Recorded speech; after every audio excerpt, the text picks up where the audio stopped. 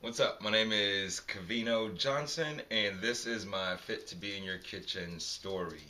I've been with Fit to Be in Your Kitchen for about 2 years. I can't recall the chronological order in which I became a part of the team. I do know that I asked a friend about Fit to Be in Your Kitchen, and then shortly after, I think I contacted Ruben Sandoval, and he got back in touch with me quickly, and it just went from there. I was preparing for a bodybuilding competition um, that was going to happen in June, I believe, and I started working with Ruben in January.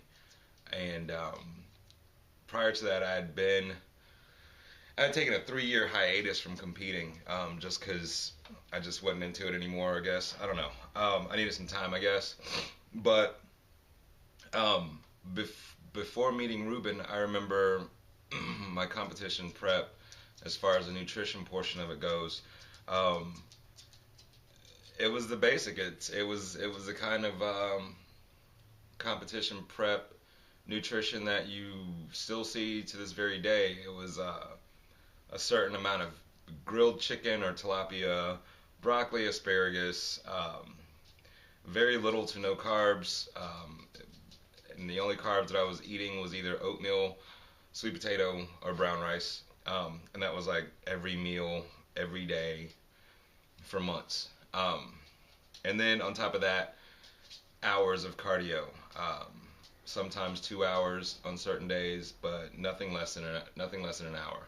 Um, and then I met Ruben, and he changed everything.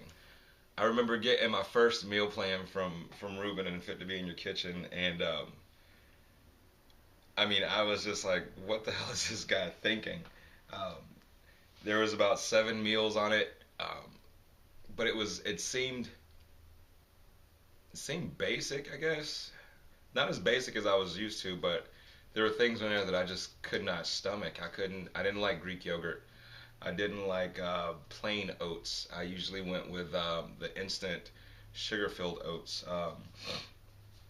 There was a lot of fruit, um, dairy. There was just all kinds of stuff. Asparagus, a lot of it sometimes, or the options for it. And it took me by surprise. And I remember sending him an email saying, "Dude, I can't stand the taste of Greek yogurt." I remember sending him an email saying, "Dude, where's the protein? I'm used to taking in X amount of grams of protein to build muscle." And I remember the email that he sent me back, basically saying, "Suck it up. This is what we're all about. Um, you'll get used to it, and don't just fully rely on protein to build muscle." So I did just that. I sucked it up and found ways to make the foods better. There were some things on my menu that, it'd say a few ounces of this or a few grams of that, and it'd be broken down like that. What I wasn't thinking about was how, before working with Ruben, it would be a protein, a veggie, a carb, and they would all be separate. This guy had me doing recipes. He had me in the kitchen more than I usually am.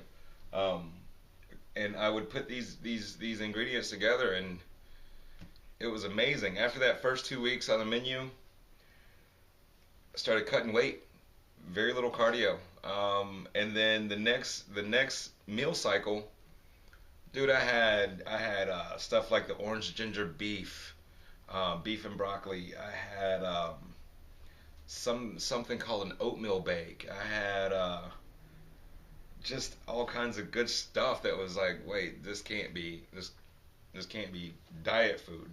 Um, but it was, and it was delicious.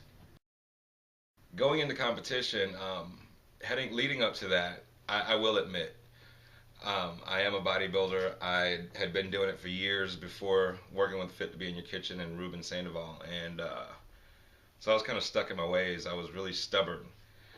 The closer I got to competition, the more I started to freak out. And if anybody's ever competed, that's just something you do. You start questioning yourself. You start questioning your coach. This is the first time I ever had a nutrition coach. This is the first time I ever put my trust in a coach of any sort to help me get on stage. Um, and I'll admit, Ruben and I bumped heads. We bumped heads a lot. You know, some things were said out of context. Some things were misunderstood, but we got through it, and I placed well in that competition. Shortly after that, I wasn't sure what direction I was going to take in my competing career, so I didn't break off my communication with Fit to Be in Your Kitchen. I just didn't follow a set program, and in doing so, I put on a good amount of weight.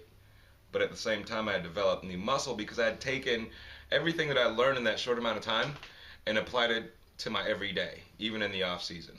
Um, and recently, November 2nd, I believe it was, 2013, I had gotten back on stage again. This time I had worked with Ruben for quite a few months. Um, and we decided to work together again after meeting him face to face for the first time. Him and his wife Jennifer and a few of the Fit to Be in Your Kitchen girls. We all met for the first time at the Arnold Sports Festival in Columbus, Ohio, back in late February, early March. And there's a picture in this video somewhere. But and I mean, there was never any bad blood. It was really great to actually shake his hand and to joke around with him and actually see him. And, you know, other than that, it was just pictures on Facebook and emails. But now, we kind of connected that way, and it was pretty awesome.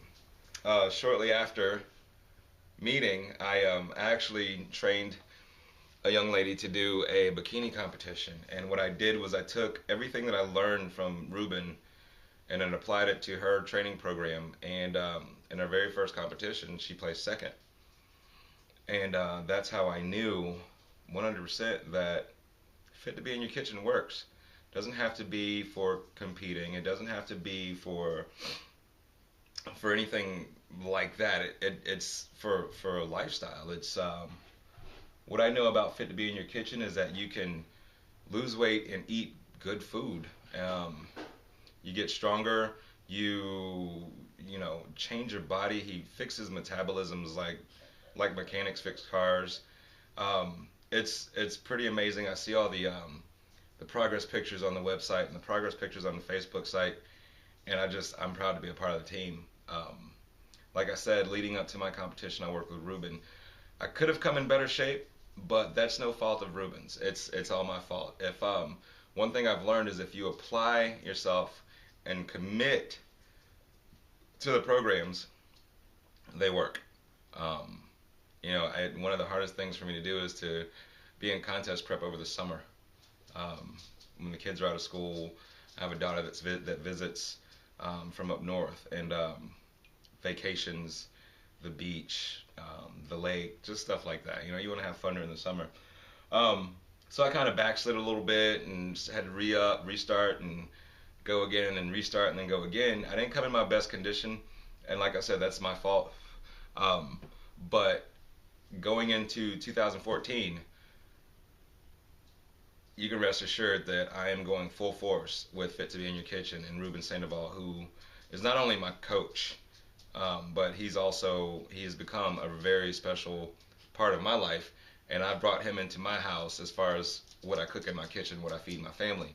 And my cookbook now is full of Fit to Be in Your Kitchen recipes, and it's taught me a lot on how to feed my clients and how to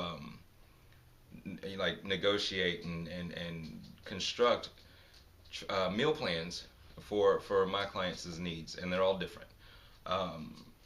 So if you're looking for someone who really, really, really takes this as a passion and really wants to see you succeed, check out Ruben and the rest of the team at www.fittobeinyourkitchen.com. Get in touch with him. He's awesome. The food is great. I love it. My wife begs me, every few days to cook something that I've cooked from his meal plans. And she still loves it. To this very day, my wife cooks at least 2 to 3 oatmeal bakes a week. She starts her every single day with that oatmeal bake, and that's pretty awesome. So what I'm going to do next is I'm going to show you guys a bit of a timeline from this past February or March of this year, leading up to my competition that happened about 5 weeks ago. And you'll see significant changes, and I owe that to not just my hard work in the gym, but what my coach Ruben Sandoval had me do in my kitchen. Again, my name is Covino Johnson. I love Fit to Be in Your Kitchen. Look them up. You'll fall in love with them too.